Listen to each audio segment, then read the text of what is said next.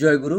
ইষ্টপ্রাণ দাদা ও মায়েরা, যাকে দান করবে তার দুঃখ অনুভব করে সহানুভূতি প্রকাশ করো, সাহস দাও, সান্ত্বনা দাও, পরে যা সাধ্য যত্ন সহকারে দাও, প্রেমের অধিকারী হবে, দান সিদ্ধ হবে। তো দানটা কেমনভাবে করতে হবে?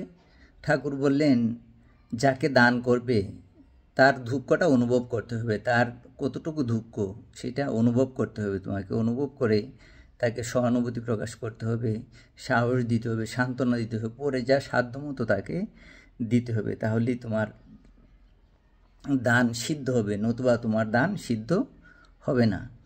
দান করে প্রকাশ যত না করা যায় ততই ভালো, অহংকার থেকে রক্ষা পাবে। তো ঠাকুর বলতেছেন যে আমরা যে দান করি, দান করে এটা প্রকাশ না করাই ভালো। যদি প্রকাশ করা হয় তাহলে এটা অহংকার চলে আসে। তাই দান করে প্রকাশ না করলে আমরা অহংকার থেকে রক্ষা পাবো।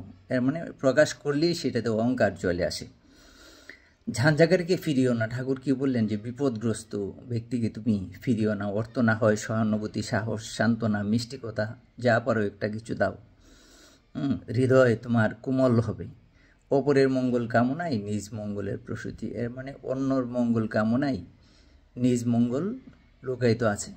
আমরা যদি অন্যের মঙ্গল কামনা করি, অন্যের মঙ্গল হয়, তাহলে আমারও মঙ্গল হবে। সবাই ভালো থাকবেন ইষ্টপ্রাণ দাদা ও মায়েরা। জয় গুরু।